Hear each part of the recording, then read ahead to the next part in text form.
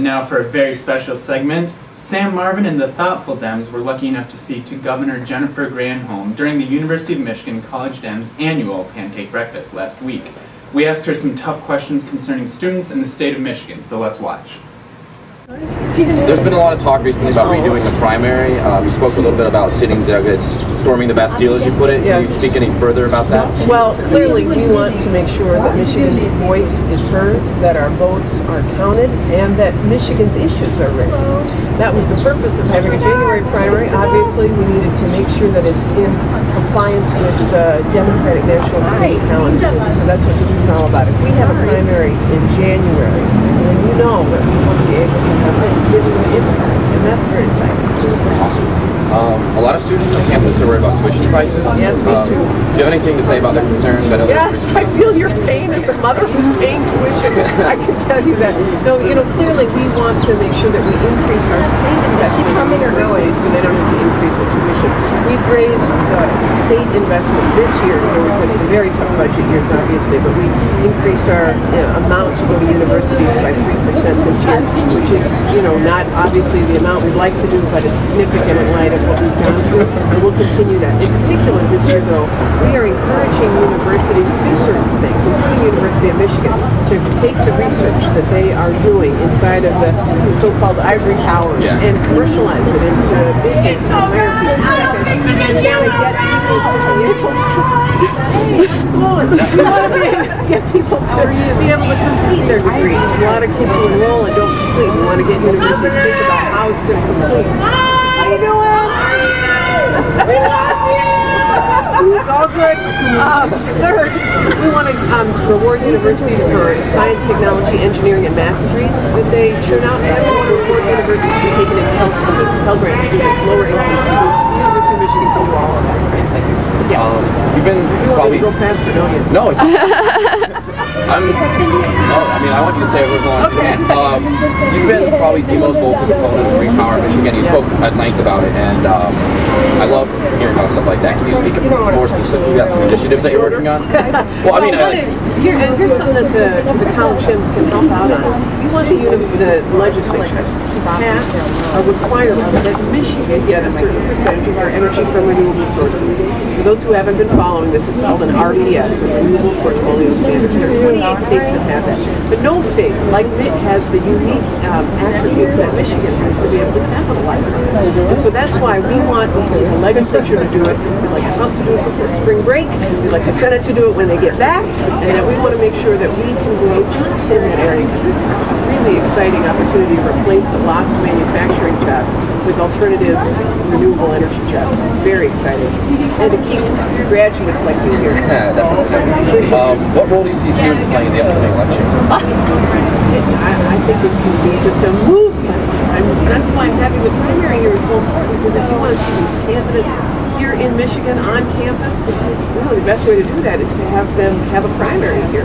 Organizing, getting involved, canvassing for both the primary and the general election. This election, I don't think there will ever be a more important one to be able to turn the policies of the Bush administration back.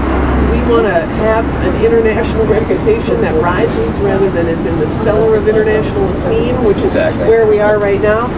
Whether it's universal health care or training those workers that have had the rug pulled out from under them by the global economy, or alternative energy, or our Great Lakes, making sure that we restore them. We're just telling them we have a moment to do great things, and that's why students can be incredibly involved. Everybody's got to register, and everybody's got to vote, because, you know, a lot of times students get a rap of, you know, getting all excited, but nobody voting. You got to vote. It's obvious, but you got to register too. And if we get, by the way, enough students voting, then maybe we can turn around, get the legislature to turn around the stupid law, which doesn't allow them to vote where they have a license. I know, it's ridiculous. It's ridiculous. So we'd like to be able to turn that around. Get that on my desk. I'd sign it in a minute. We'll try. All right. And then this is probably the toughest question that we have. Who's a better pancake deliverer? You or Congressman Dingell? Oh, Congressman Dingell for sure. I wasn't flipping because I have the flu. Oh, okay. So for sure he gets it by default. You're in quarantine, I guess. Yes. All right, great. Well, everybody. I'm in quarantine, but you're impervious. That's good. I've been lucky so far. Keep my fingers crossed. All right. Well, this has been Sam Marvin with Governor Granholm. This is St. Patrick's Day in Ann Arbor. Hence the rowdiness. We usually say "Go blue" and keep it different at the end of everything. Nice. So if you wanted to try to say it in unison, or all right, you ready? 1, 2, 3. Go blue and keep it liberal. All right, guys, Ann Arbor. And before we go, let's check in with our friends over at Kalamazoo College.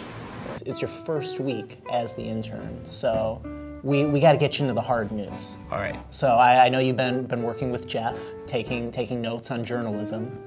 He's my hero. Hey, there's no quit. I think he's going. What do you think, Jeff? You can't spell die without Lavelle.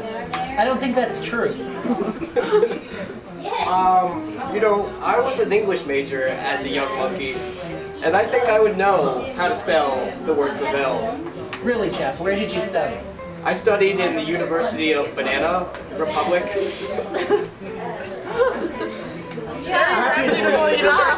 Extremely I'm a little intimidated right now, Jeff. I've got to tell you. Practically the Ivy Leagues of the Fruitopia schools. Even though the actual country is only 10% ethnicity-wise Serbian, these people are flooding over the border from Serbia into... I'm sorry, what country am I talking about? Talking about the new nation of Kosovo, recently independent from Serbia. Kosovo. Where on the hand is Kosovo? I think it's somewhere like, kind of like there. You know, it's kind of by the thumb, but not really. What happened to Michigan? Michigan's in the United States. Oh. You know, I'm so proud and honored and humbled to work with professional journalists like the men surrounding me. They actually just installed a new laboratory. It's called Columbus. It was supposed to be installed in 1992 in honor of the 500th year anniversary of Columbus finding the New World.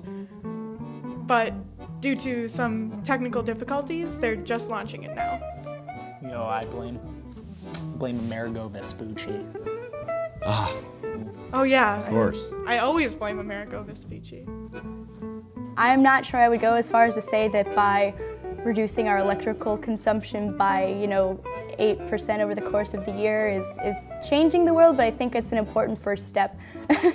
So we're going to say here that it's changing the world. Right, like fundamentally changing. The world has changed. Yeah. Total paradigm shift. That's actually, that's exactly it. Really, we're like superheroes, modern day superheroes for the environment, like Right. Captain Planet. He's a hero. I think I was too young to watch. Cutting pollution down to zero. He did. He really did. I want to discuss a theory I developed over the interview that, we were talking about Captain Planet, right? She was all, oh, Captain Planet, I don't know what that guy's about. I have a theory. You think she's Captain Planet? I think she's out fighting crime right now. All right, well, cut pollution down to zero, Captain Planet. If anyone can do it, you can.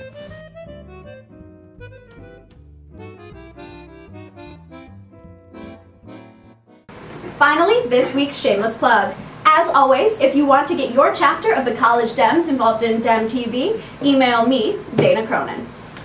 And if you enjoyed DEMTV and want to see more, subscribe to our podcast on iTunes. Just type DEMTV, that's one word, into the search bar and download the free podcast straight onto your iPod. Wow. So signing off, this has been Dana Cronin. And I'm Josh Stroznak. Go blue and keep it liberal.